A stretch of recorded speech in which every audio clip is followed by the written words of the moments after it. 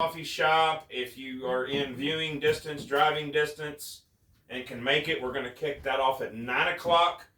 Can't miss the coffee shop right down from the courthouse, just north of the red light right there on the east side of the street.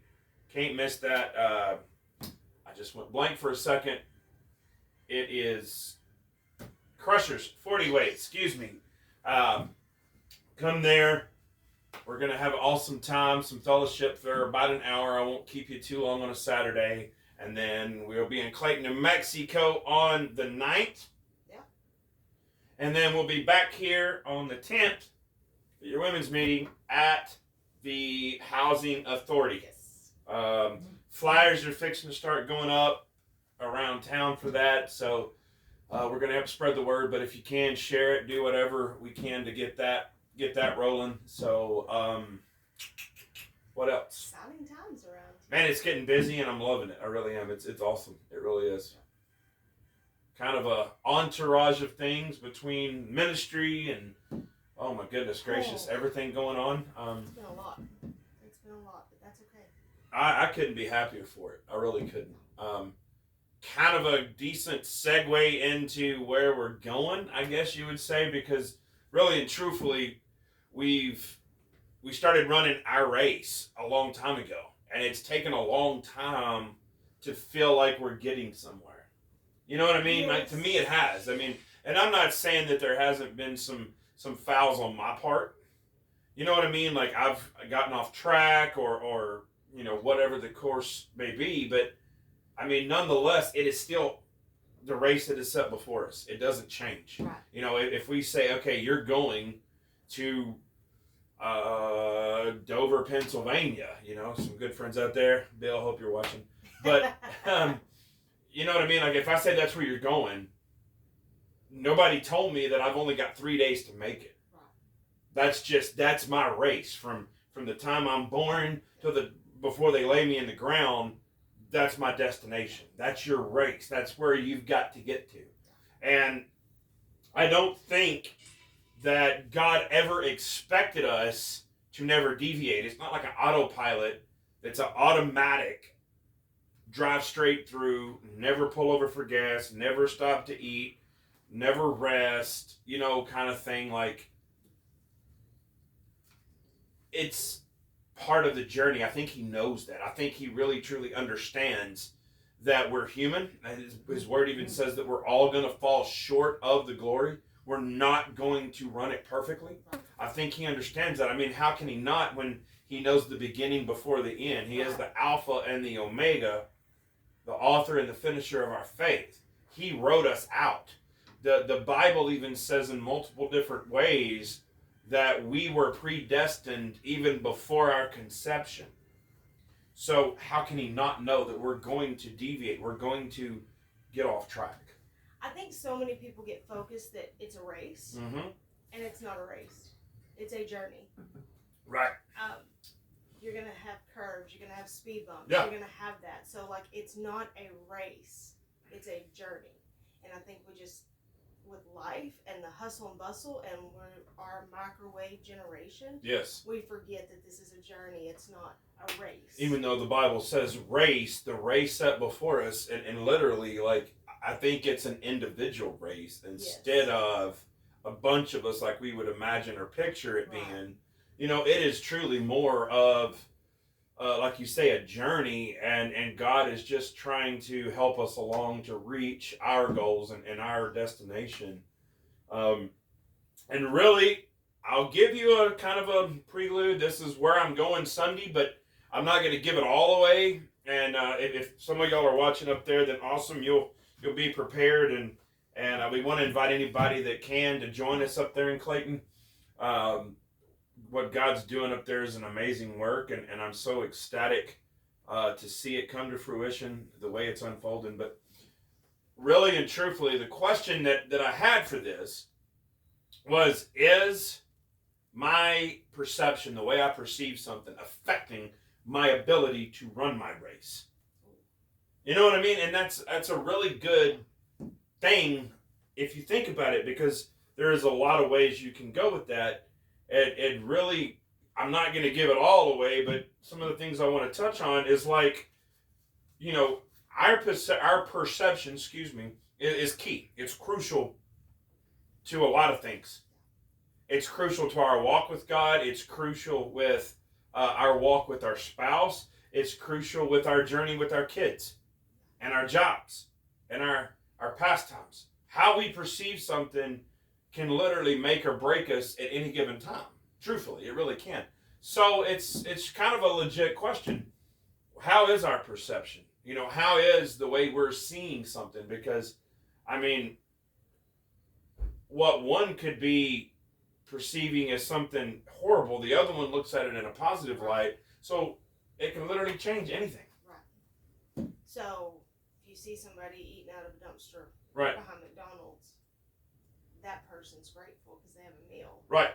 But you're probably like, why are you doing that? I'm glad you said that, because to kind of intervene for a second, like it just brought back a memory from when I was in the 4th grade. I got the privilege, my grandmother legit organized this group, and it was for a class, and anybody could go that wanted to, but there was only a certain amount of people that went.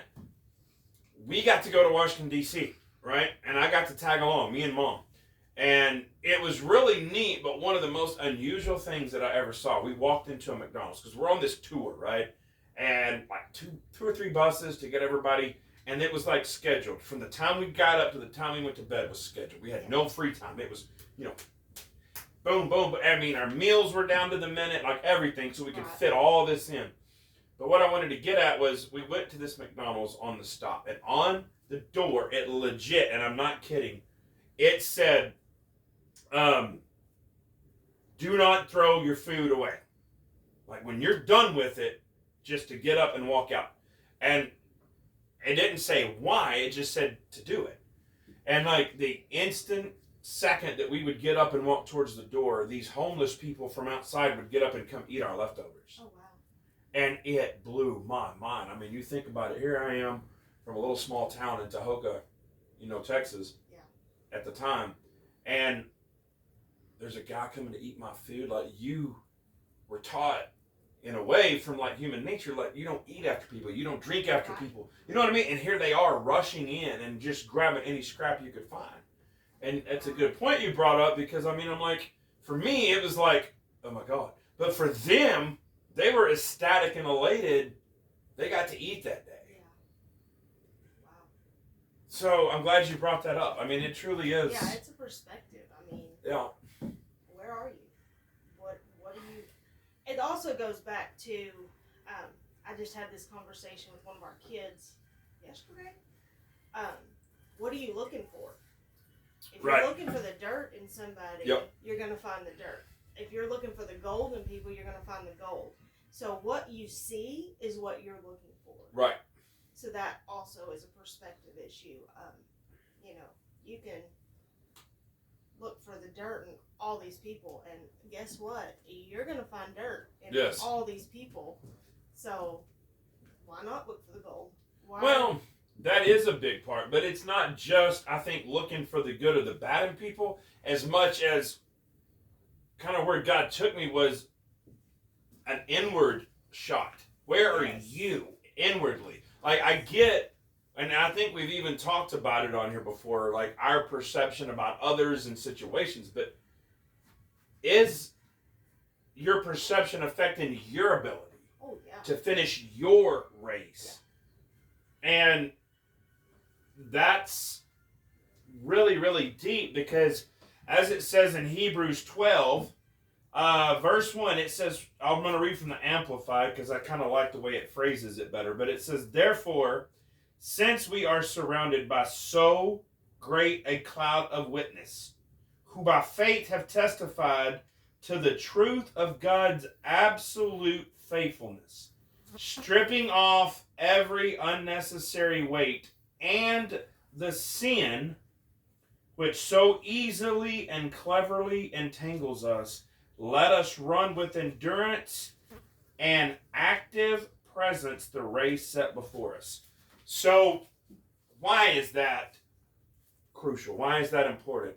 The way that it is written is like we've got such a great thing around us. Like there's a great cloud, the way the Bible describes it, and a witness. Like we're surrounded by the Holy of Holies if we'll have him. Like Jesus is here. Yes. Okay?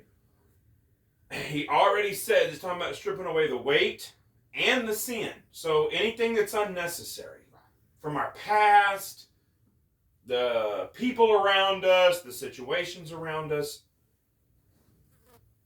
our perception of these things can legit take us off course and keep us from finishing our race. Yes. And this is really going to get in depth this Sunday because there's so much. I mean, I spent 4 hours back and forth New Testament to Old Testament yesterday with the way that God started pouring this out, but I can't fit all that into this, so I'm trying to kind of contain it and consolidate it a little bit. But I mean, let's get real, because it says in verse 2, it says, looking unto Jesus, the author and the finisher of our faith, who for the joy was set before, for the joy that was set before him, endured the cross, despising the shame, and is set down at the right hand of the throne. So, to try to wrap all this together in such a easy to understand way, how can we set aside our past and our pressures, our peers and things like that, and block all that out to finish the race that's set before us? There's no other way to do it but by Jesus. That is the only way.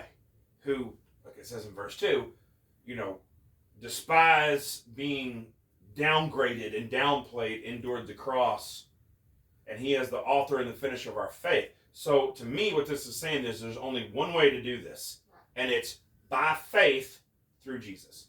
Yes. We're not capable of doing anything. Well, what about what it says over in Philippians? I can do all things through Christ. That's it, through Christ. We cannot do it on our own. There's no way. It's got to be done through Jesus. Right. And what's hindering you? That's what you have to get to the root of. Yeah, you do. It could be a blessing that's hindering you. Oh, gosh, yeah. Like, let's just take most of our audience are parents. Right. So your kids, they are a blessing most of the time. They're a blessing. No, they're a blessing. They're a blessing. You But want to strangle them, but they're a blessing. Take Sunday mornings going to church. Y'all, I hated going to church when my kids were younger. You didn't hate it more than I did. Because I already am running late. That's just known. If anybody knows me, that's known. But then you throw in getting kids dressed, getting kids fed, getting kids out the door, and then trying to keep them content in a church service because we never really had a nursery anywhere we went. Off and on, it was debatable. So, I mean, depends. And like, is that your hindrance? Like, that's your blessings are your hindrance? Like, you have to get past those things. You have to look at your perspective. Like, no, I'm going to get fed so I can feed my family. Right. It's no different than you have to go to a job to feed your family. You have to go somewhere and get fed. And you may not go to church. You may just be watching things on your phone or right. your computer. And that's fine too. Like, however you get fed, your kids are going to come in and interrupt you. There's going to be interruption after interruption. And you just have to change your perspective on that you're doing that for them, to feed them. Absolutely. Because they're witnessing you persevere through all that to hear and get fed, because you can't feed from an empty cup or an empty plate. Yeah, you can't pour from an empty cup. You really can't. So sometimes what's hindering us is truly a blessing. Absolutely. But it's still a hindrance. And so you have to change your perspective on shifting your mindset to, no, I'm doing this for me to be better for them. Right. Well, that, and you just have to know that the struggle is worth it. You see all those cups all the time, the struggle is real, like, whatever. But, like, let's get real. The struggle has to be worth it, whatever you're going through. If you're trying to lose weight, all those struggles of getting up before work and going to the gym, they have to be worth it, or you're never going to finish it. You know what I mean? It's got to be a priority. It has to be. Because if it's not, excuse me, you're never going to finish it. And that's why diets don't work. The only thing that will work is a lifestyle change, period. And the real legit people will tell you that. If you're trying to, quit smoking, there has to be a lifestyle change. If you're trying to lose weight, there has to be a lifestyle change. These pills and all this mess, like, that's great for a little while, but the minute you can't afford those pills or they take them off the market, that weight is going to come back. There's a deal that pops up on my phone all the time for these keto gummies, and like you take them at night and you wake up in like 3-4 months and you're like 100 pounds lighter. Yeah. Great. It may work, it may not. I don't know whether to believe it or not. I'm not going to find out. But my point is, the minute you quit taking them, that weight is going to come back. There is no quick fix. For sure. The only thing that is a miraculous quick fix is the salvation through Jesus Christ. The minute you become willing to accept Him into your life is the only thing that instantaneously happens. Other than that, it's all short term and it's all going to fade away. Yes. So you're right. We've got to look at our situations in a different way. We really, truly do. And a lot of people, and I'm trying to walk on this carefully because it's too much to get into without the proper, but a lot of times people will say, well, what are you confessing over your situation? And a lot of that has to do with our perception, and like, a hot water heater goes out and floods your house, okay? How we handle that, they say, is based on like our confession and different things. That is tricky to get into to a degree, because I've done some research here lately, and it's kind of changed my thought on it. And I've even backed it up with scripture, so it's really changed my thought on it. And so what I'm getting at is, yes, I understand that life and death are in the power of the tongue. And there's a lot that can go with that. And we have to speak into things to a degree. But there's also only one person that can cause things to come into existence, and that is God. He's the only one that has the power to speak into existence anything. The Bible tells us in Genesis that He said, light be, and it was. And we go on through the creation of Him speaking it into existence. So what we can do, to make a long story short, is we have to, through faith, Jesus Christ, the author and the finisher of our faith, so we get born again through Jesus, then we by faith speak things according to God's will and turn these situations from a bad thing into a positive. Yes. We, through faith, in a way, we grow up. We begin to grow up. Our whole mindset changes. When you're 18, 19, 20, you're out there partying and you can't wait to get your new truck or your new jet skis or your boat or your hunting rig or whatever you're into. Like, that's your focus.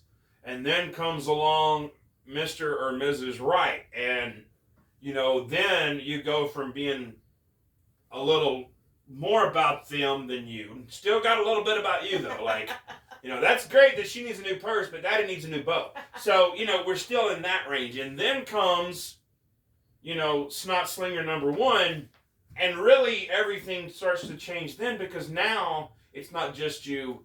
And as it goes, you turn around and you're like me, 43 years old, and your whole perspective is different because your whole angle about life is different. So in a way, I grew up. And it's the same way with our walk with God. You begin to grow up through faith and through grace and through mercy. Those 3 things are what get us to where we need to get to in that race. You can't have grace without mercy, and you can't have mercy without grace. Those 2 go hand in hand, but you've got to do it through faith, by faith, through Christ Jesus. That's the only way. And so, really and truthfully, you begin to change. So you're not praying for a new truck anymore to look good around town. You're praying for a vehicle to get the job done for God, and you start to change. You start to look at things differently. Yes. And then you can start to move closer to the finish line of your race. Yeah. Well, and too, I think when you're starting to put your focus entirely into his plan, Yeah. and you take yourself out of the equation, your whole mindset, mine did, for sure. Absolutely. It does. You know, I was so about me and mine for so long, and I know it sounds selfish, but that's truly where I was. I wanted my family fed, I wanted my family clothed, and when you move out of that perception, like he's already got that taken care of, and you start going and being about his business, and you're wanting to walk the path that he wants you to walk, and you just take yourself completely out of the equation, everything shifts. And things that you had forgotten you even dreamed about start coming to pass. Yep. And you're like, I didn't even know I needed that. But he did. Like, he wasn't ignorant to the fact. We're ignorant, but he wasn't ignorant to that fact. Right. And so when you take yourself out of the equation and you just become about the Father's business, about the Father's people, everything changes. Absolutely. Everything. And that's completely it in its entirety, because you truly take your eyes off of yourself, you die to yourself, and you start to see the bigger picture. Yes. That there's so much more than, oh my God, I need a crop this year. I need a crop this year to get ahead. Like if I don't have a crop, I'm going to be so far behind, and it's all about me. And we are such a minute part of the whole story. Like, we're like little ants. Like, we are so minute in the grand scheme of everything that I don't think people realize, like, okay, we're in a drought this year. Yeah. And it's been hard. But maybe that's preparing you for this massive harvest next year or Yes. the year after. You don't know, because we are so minute in the grand scheme of things. We have no idea what he has planned. He's not making us suffer because we've been bad. Right. Or we're doing it wrong. He has a much bigger plan. So just be about his business, and your business will be tended to.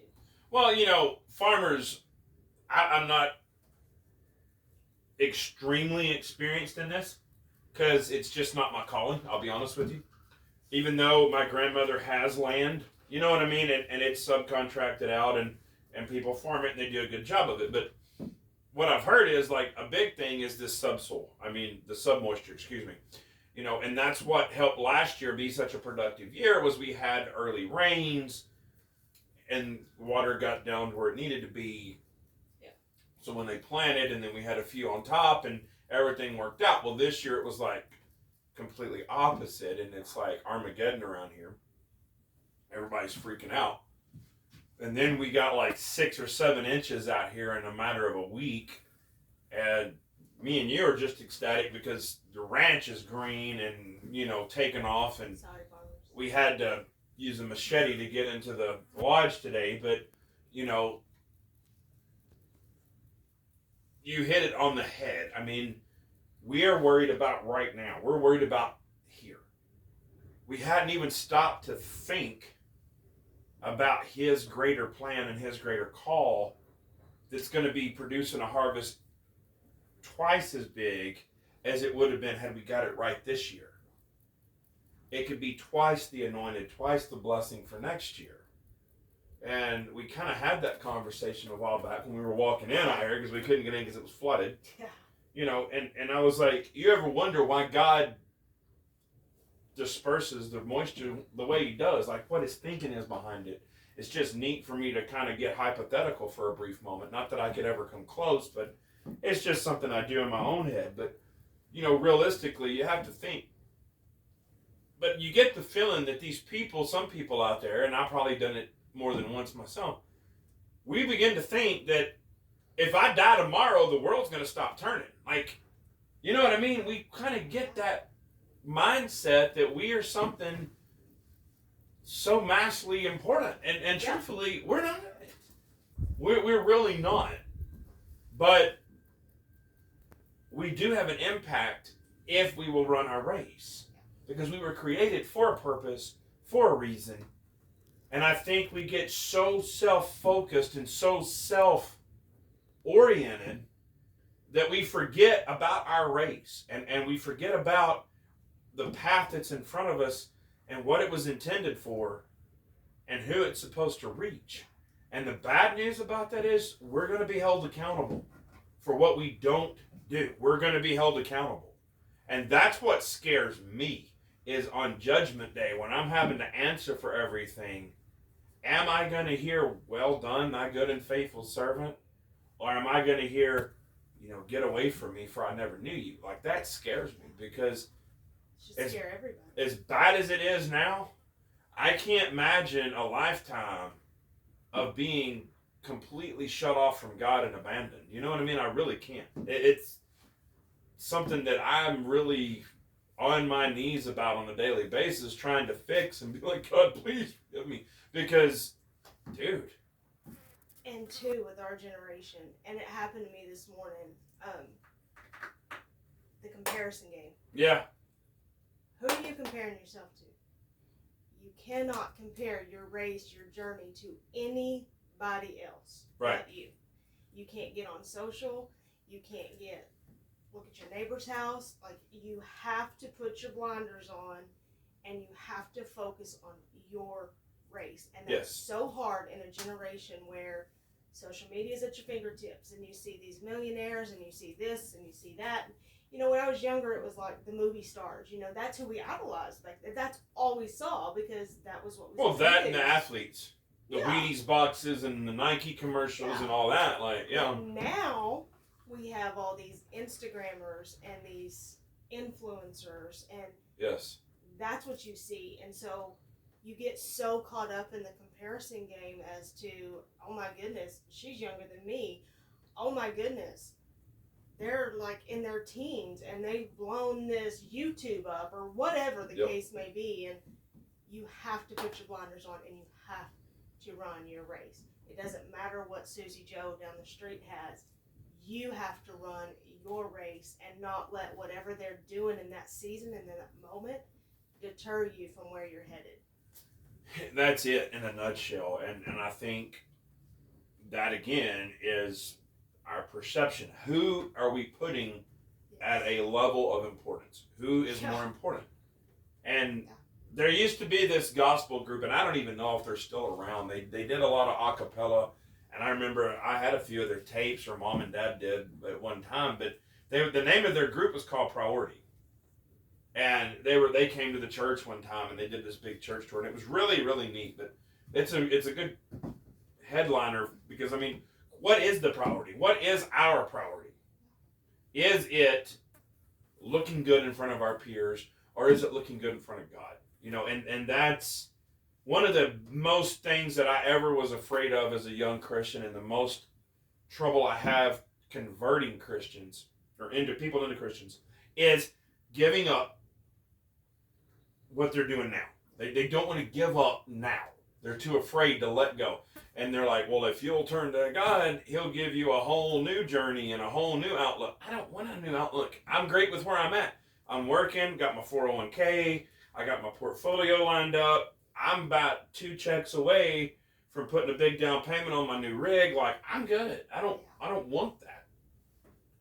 And the whole time missing the picture that there's so much bigger and more awesome stuff ahead if I would just let go and quit worrying about the minute, small details that God's fixing to really show me what life could be like in a whole new way. Maybe it involves that new truck. Maybe it doesn't.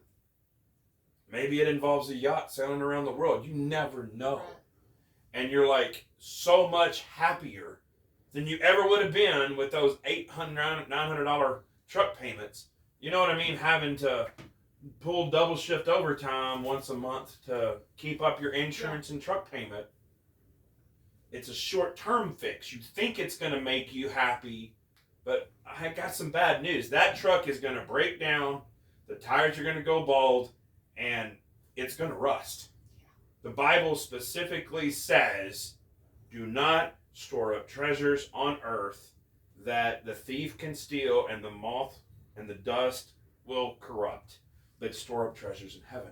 And you're like, I don't get it. This is my understanding of that and what that's talking about.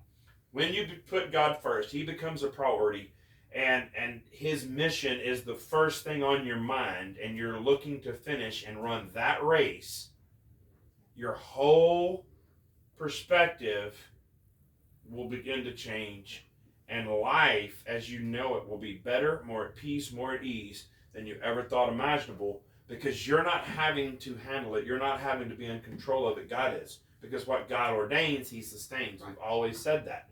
What he called you into, he's got to take care of. God, you want me to go to Fort Worth? Fine, but you got to provide the plane and the hotel and the food, because I don't have it. Yeah.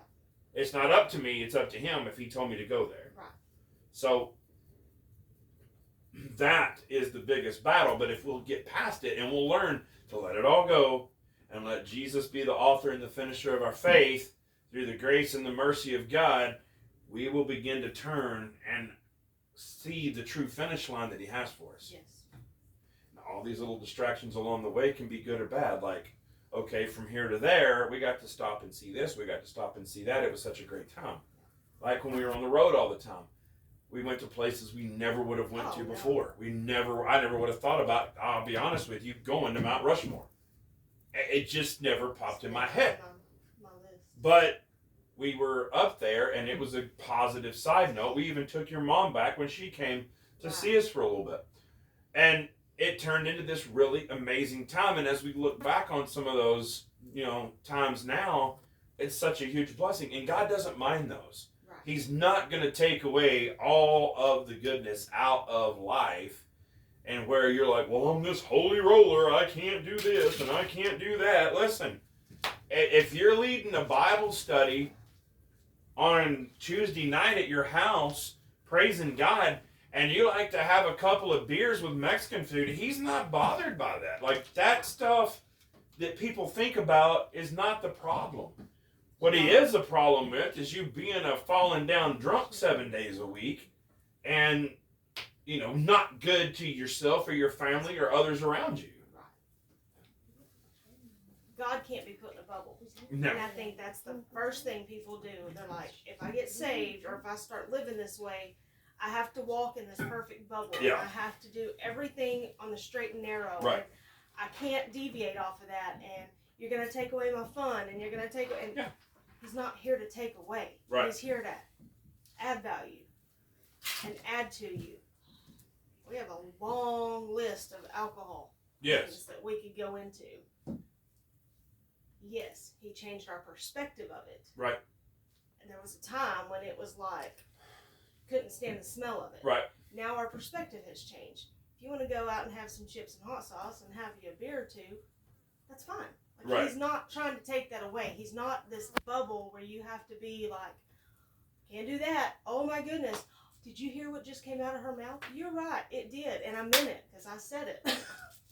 Well, and that's the thing, and it's a big struggle, I feel like, and why people are so leery, because there has been this churchy mentality brought forth in today's world, and it's really religion, not God.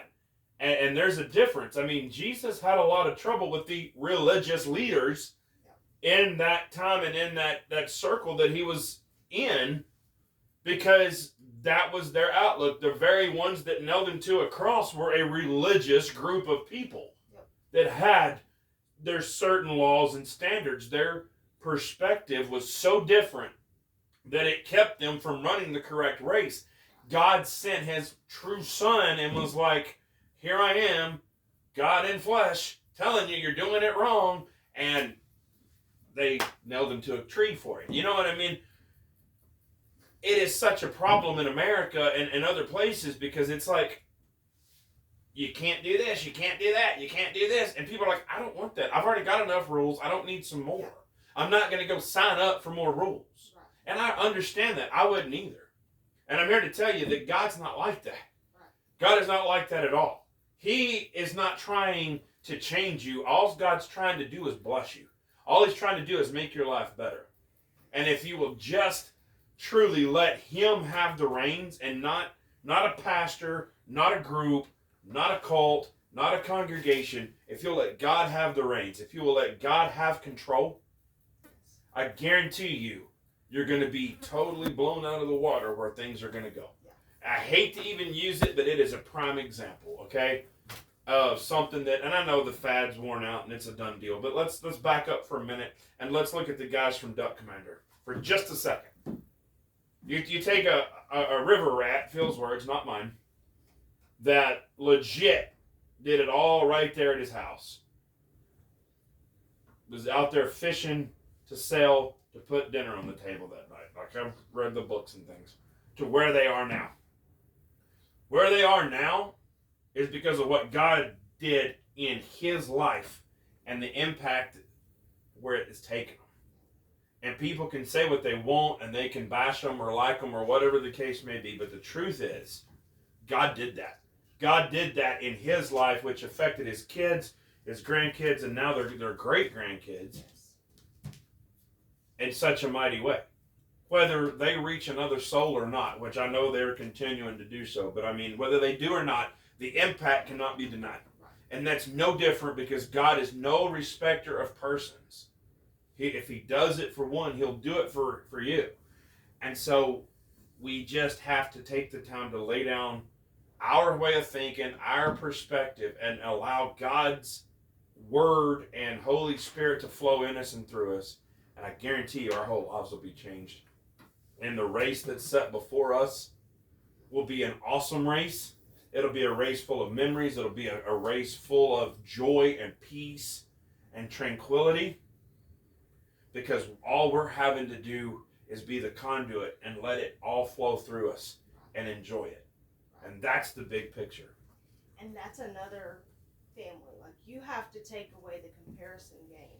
Yes. Because, yes, it's easy to look at their big flashy houses, right, their big flashy vehicles, but what they are doing for the kingdom of God is amazing. Yes. Like, outside of their materialistic wealth, what they are truly doing for the kingdom is unreal to me. And they are great, not trendsetters, but like initiators of, that is Phil and Kay's true heartbeat. Oh, yeah. It shines through them, and it shines through all of their kids, too. Right. You know, it's starting to come full circle that they are reaching people by the millions because they have been willing to lay all that down. Right. And go after the people. They're not after materialistic things. Well, some are. Phil and Kay are. Like, really a truly perspective.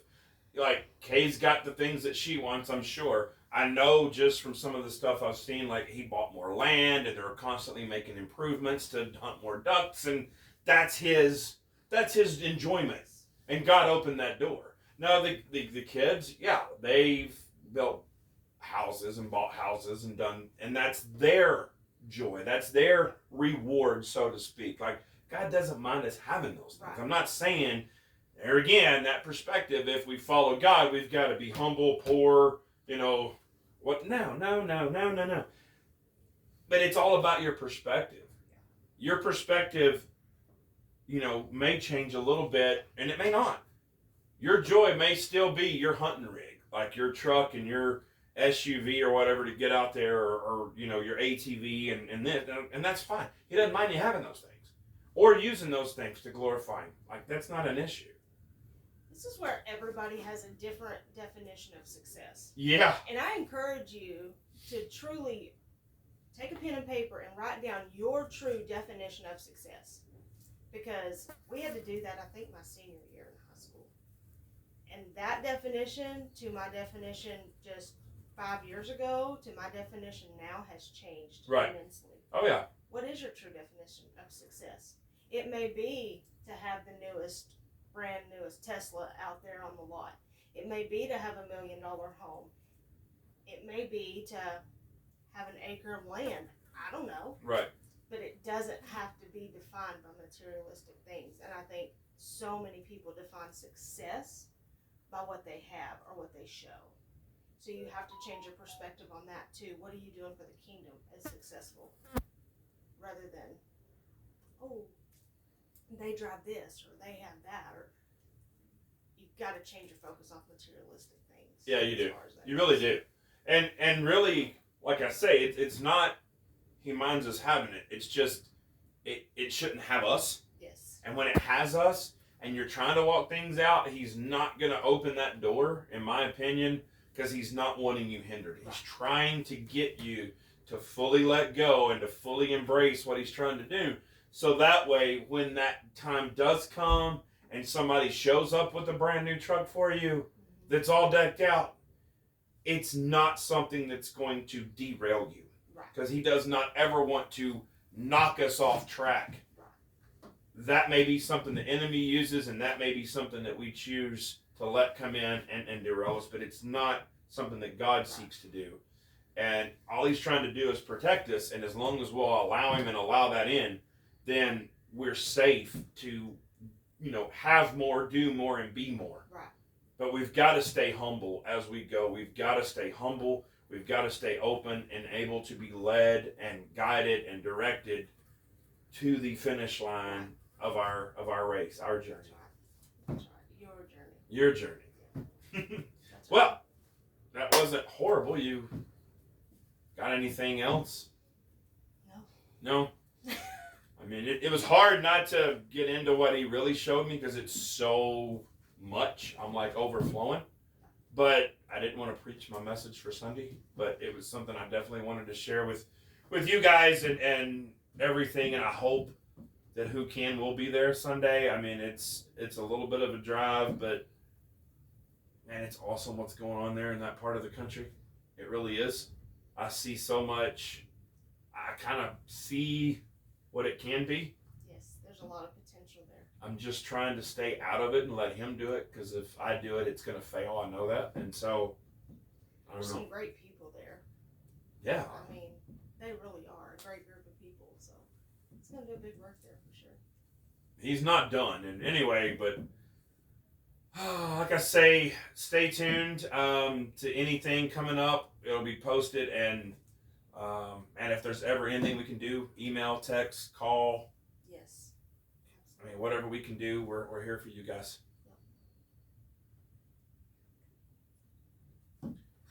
Oh, yes.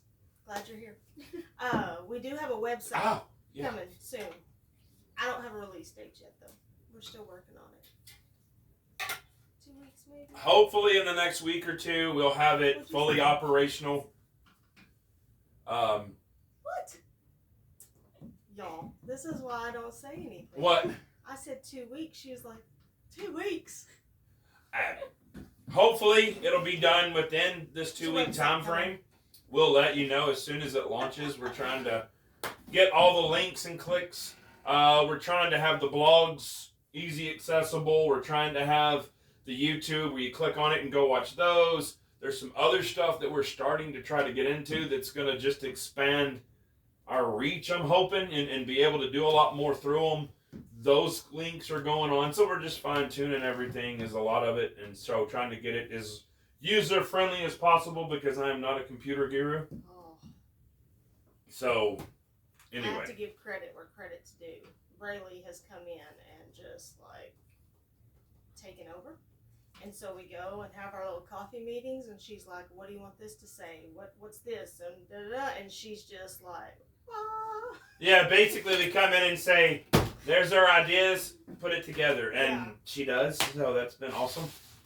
Kind of feel like we're grandma and grandpa, and we have no idea what's going on, but... I don't. Computers change semi-minutely. I mean, hey, I bought the new iPhone 15, well, the 20's coming out tomorrow, so, I mean, no, I don't. It's the way our generation is, and... Yeah, it's great when your dad comes into a meeting and says, hey, can you add me a button, right here? I'm like, there's no room for a button right there, Dad, but you know. Fix it. We'll get it. Fix it. Y'all, pray for her. She's got her hands full for sure. But yes, there is a website coming. Always email us. That seems to be y'all's favorite way to get to us is email, and that's great. I've never been a big emailer, so it's been kind of fun and new. It's QuintTeamMinistries@gmail. So email us, call us, text us, message us. We've had a few DMs on there. It's worked out good. Yeah, a lot of that's... Not very many text or phone calls, but it's primarily always email or DM. Yeah. Which is fine. Perfect. But anyway, see you guys on Thursday. Yep. Y'all have a good week. Bye, guys.